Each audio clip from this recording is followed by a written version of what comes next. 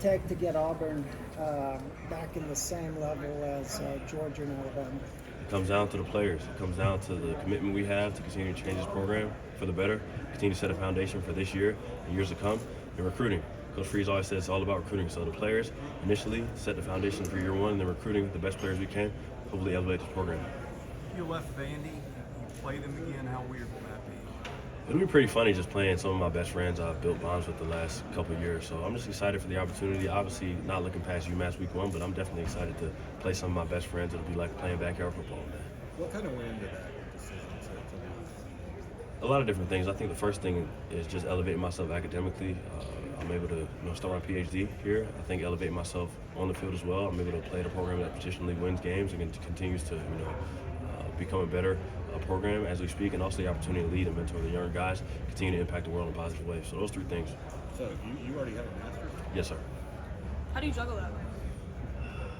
I don't nap, but a lot of different things. I just have passions in a lot of different areas in life, and I want to be the best football player I can be. I also want to be the best person I can be, and the best person in the academic place I can be. So just continuing to have a drive for myself to be better on and off the field is something that helps me juggle it. What does it mean to be here at ST Media Days after transfer? It's a blessing. I mean, think about it, I've only been at Auburn for 6 months, and I'm here representing the university, the coaches, and my teammates, and that's just a blessing. I think it speaks to how God has worked in my life every single day, but also it speaks to the respect level my coaches have for me, my teammates have for me, and everything in between. So I'm just excited to be able to represent them in a positive way. Were you surprised to be asked? I wouldn't say surprised because I wasn't looking forward to it or not looking forward to it, if that makes sense. I feel like a surprise would come if I was anticipating it or not anticipating it, but I wasn't. I was just excited to be a part of the Auburn family and selected. What are your thoughts about Texas and Oklahoma joining the conference? I think it's a beautiful thing. It's a running joke we always say. There's only 3 conferences in the world: the SEC, the NFC, and the AFC. So that strengthens the SEC. Texas and Oklahoma are great programs, not only for football, but baseball and basketball, everything in between. They're recruited at a high level, and it's going to elevate the program, not the program, the conference in a positive way. Billy spoke real highly of you, and he was asked about you this morning. You guys still stay in touch. What was that conversation like when you told him you, I guess, going in the portal, and how often do you guys Well, I love Coach Lee. He's allowed me, in a way, to elevate my life on and off the field and give me the opportunity to come here to Auburn, at a place that I'm valued and loved, and I'm thankful for him granting me the opportunity. I'm just excited about where that program is headed, and I'm thankful for the experience that I have with him, and just looking forward to represent the Auburn family in the best way I know how. I'm excited to be here, and War Eagle. What's your take on Coach Freeze? He's obviously an experienced guy. He's won everywhere. He lost his job at Ole Miss, but he's back now in the SEC. So what's your take on him and maybe what makes him a quality coach? Coach Freeze is an amazing man. I think what makes our relationship unique is that it's faith-based, and also, a track record with winning. So I think a faith-based institution, a faith-based person leading a program that naturally gets a lot of talent in the state of Alabama and the Southeastern Conference is a mix and a force to be reckoned with. Hugh said that you kind of earned this coming today by being a leader, showing up every day, doing the right things. How have you been able to do that in such a quick turn at Auburn? Yeah, I think it takes consistency. Leadership takes consistency, and I think I show up every single day knowing how to work hard. Because I was saying, work hard, work. Knowing how to work, the connectivity I have with my teammates, and also the ability to continue to lead in a positive way. So I think those are 3 things that are important.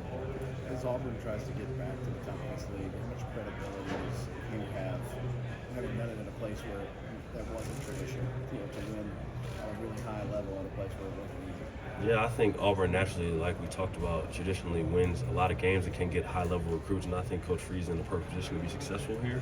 Like I talked about earlier, it's going to start with the foundation here in year one, the plays you make on the field. Obviously, we want to continue to improve off the field, but on the field as well. It's going to speak volumes to the recruits, and we get higher-level recruits and continue to improve this program in a positive way. But I think he can definitely do it as he's done it before in the past. As you've been around him now, is there something about him that you think has allowed him to reach those highest levels? His connectivity with the players. From player to player, from coach to player, from coach to coach. He has a unique sense of how to, gather people and a good pulse to the locker room and continue to improve the program. You described Freeze as a man of faith. What does that mean to you when you talk about faith with regards to him? Everything. God is the center of my life. God is the center of his life. We serve the same God. He's a loving God. And I think that allows us to have different conversations. It allows me to have confidence in him because I know who's the driving force of his ship. You know what I'm saying? So it's amazing to be able to have that in a head coach. And I'm excited to continue to build a relationship with him on the field as plays are being made and wins are going on the score sheet. But most importantly, off the field, we continue to build a relationship for the next part of our lives. Vanderbilt really hasn't had a lot of guys transfer. They've had some. I mean, how difficult a decision was that when you made it? I think it's been pretty difficult in a way initially, but now I'm just comfortable being here with the Auburn family. I think that also speaks volumes to the program that they're building over there. Not a lot of transfers going out means the culture there is building and going well. But most importantly, I'm here representing the Auburn family, and I'm excited too because, again, this granting of the ability and the opportunity to transfer has allowed me to become a better person, a better player. I'm excited to showcase that on Saturdays. I'm sure it probably crossed your mind when you were coming back to Nashville today and that you were going to see those guys at the same time. I'm sure you probably ran across them. I mean, 100%, but it wasn't something that, scared me or shook me up because I still keep in contact with those guys. I've been here and built relationships and was a leader of that program, so that, continues to, show face in every single day and every single way.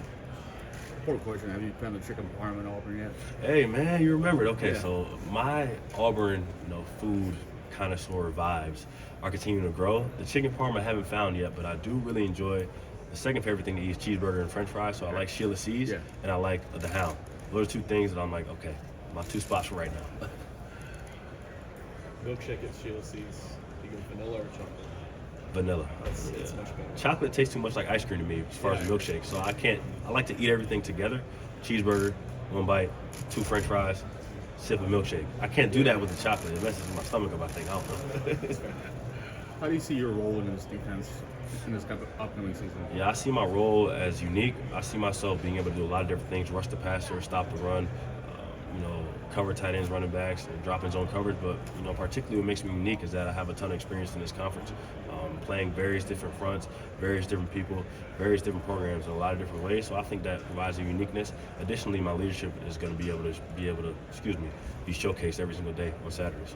Jalen McLeod, what have you kind of seen? I know y'all haven't done full scale. Nah, we've seen it. We've seen it. Okay, what have you seen out of him? J-Mac, man, that dude's athletic. He's freaky. He's twitchy. The dude I'm excited to share the field with. I'm excited to continue to learn from him in terms of pass rush. I'm excited to be able to grow a relationship with him off the field as well. And I'm excited for y'all to see him on Saturdays. Dude's twitchy. Dudes can rush the passer. He's a great athlete, a great person, and a great player. How wild is it to see a guy his size be as effective as a pass rusher as he is? I mean, you think about it, all the jacks we have in our position group are different types of players, different body types, different movement skills, everything in between. But you see his success on the field, and pass rush is a lot about effort, a lot about hands, a lot about athleticism and twitch. He has every single attribute you can think of. So it's just amazing to see that in works. And I haven't seen it in practice yet, but I've seen it in drills, different things like that, in game film. So I'm excited to see it. How do y'all skill sets vary? I know that he's maybe like a third down type guy. What have you kind of seen out of that? And I guess what do you think you bring to the table in terms of your pass rushing skill Our skill sets vary just firstly in size. I'm 6'6", 275. He's 6'2", 230, 235. So just in size, we just look a lot different. But in terms of skill set, I have a ton of length, I have a ton of experience, and I know how to stop the run at a high level. And also I'm a player that has played in this conference a ton. He's a guy that's unique in a way, super twitchy, athletic. He's played at a high level and rushed the passer at a high level. So I think uniquely we're going to marry up and provide a nice 1-2 punch per se in the jack room. We have other guys as well that are going to continue to contribute, but our skill sets, bounce off each other in a way. How much do you think you're going to be playing defensive end, and how fluid are those two positions together? With Coach Roberts, they're very fluid because he's a multiple front kind of guy. So I won't play too much of 3 down, a 3-point stance in, but I'll play on the other side, and we'll be able to share the field in multiple different fronts. How often does Jalen brag about those 2 strips of Texas A&M? He doesn't. He's a humble guy. He's an amazing player and an amazing person. Like I said, he doesn't brag about it, but again, we see it on tape. That's amazing. I've never seen that in my life. So I watch it. I'm like, dang, Jalen, you did that? What'd it feel like?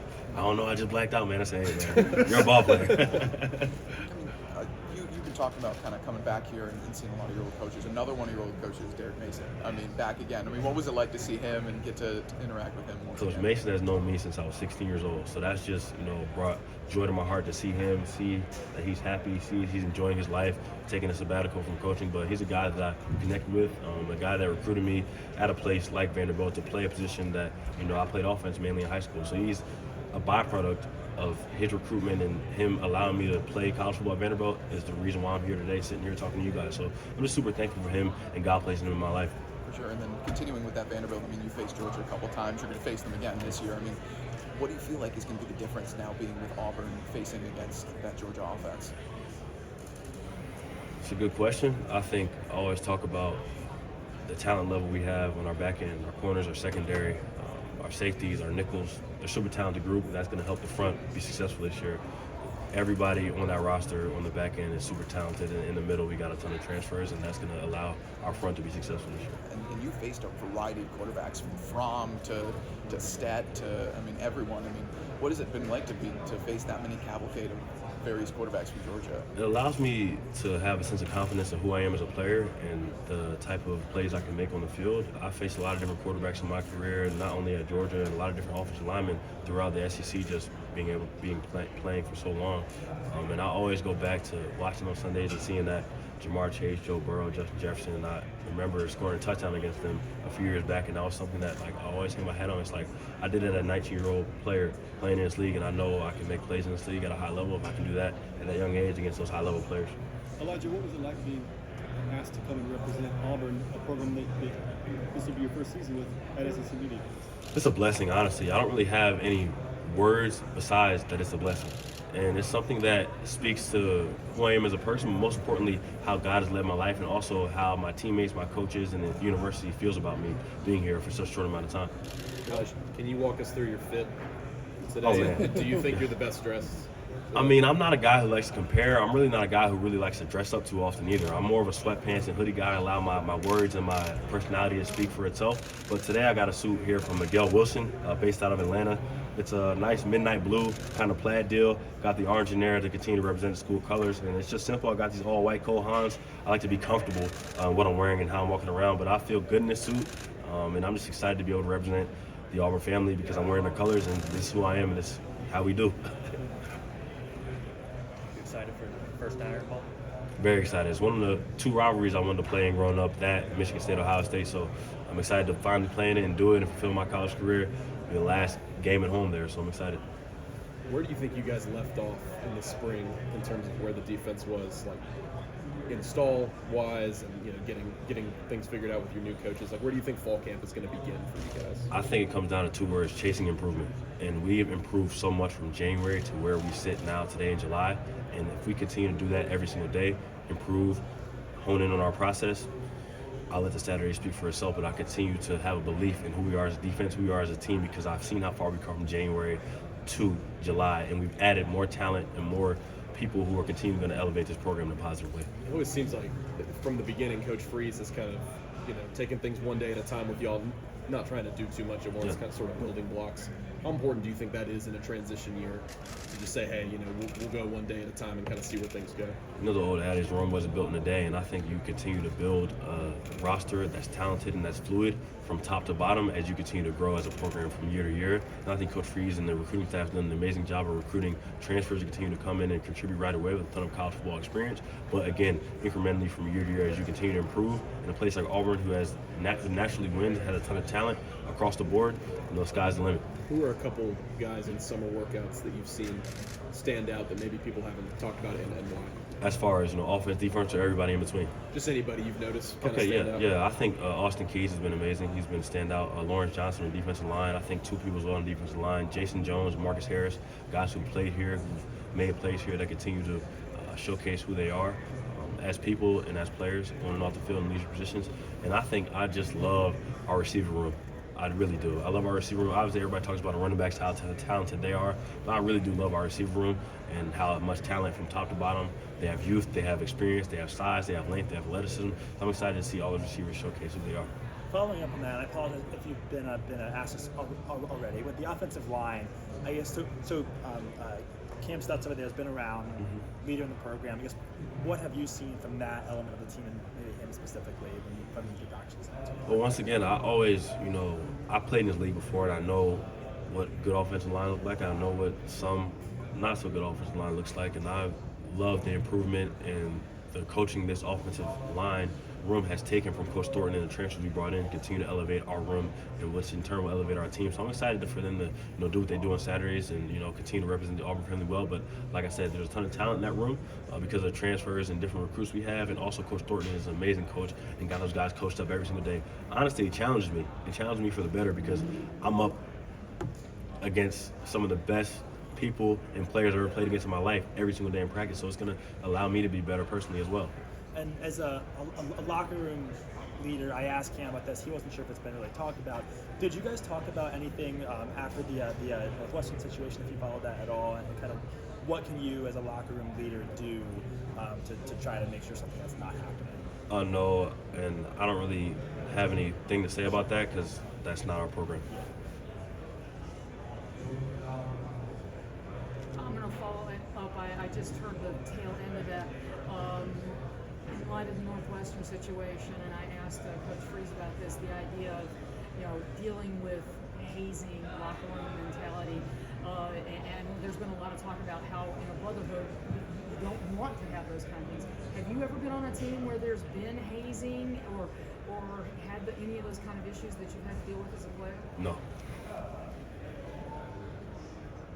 How much does it help the culture when you've got guys supporting? One of the Georgia players talked about how he tries to be there for teammates. Is that maybe the best way to help a team win? Anytime in life, we're human beings. We love support. We love people that can be in our corner. So, especially as an 18, 19-year-old kid, so anytime you can support and be there for your teammates, your brothers, it's gonna in turn allow them to be better. In the SEC, typically you got to be 2 and 3 deep on that front set. That's what sets this league apart. Know it. Only been 6 schools in the last 60 years that have won the SEC. Auburn's won up, played for the national championship twice the last 13 years. What's the first thing that stuck out to you about Auburn, and where do you think Auburn's going to improve the most on defense this year, now that you're part of it? Yeah, I think it's tough to hang my hat on one specifically that we're going to improve the most on defense from last year to this year because I wasn't here last year, but I know one thing for sure, we're going to run to the ball, we're going to hit, we're going to play hard. And I think Auburn, like you talked about, one of the few schools that played a national championship and won a national championship in the past few years, and that speaks to the talent level we have on the roster and talent level we can get in the future in terms of recruiting. So I'm just excited to be in this place, and again, like I said previously, set the foundation for year one. You involved when recruits come in, you act good. 100%, and it's tough for me to connect with recruits sometimes because they like to call me Unc. I think I'm so old, but I'm really not. But it's tough for me to hang out with these 16, 17-year-old kids because I'm just so out of touch in a way. But I do try my hand at recruiting and getting better. But there's 3 guys that I can think of right now who are great recruiters for our program on our team. And the first, Keontae Scott. The second is Austin Keys, and the third is Damari Austin. Thank y'all. Thank you. War Eagle.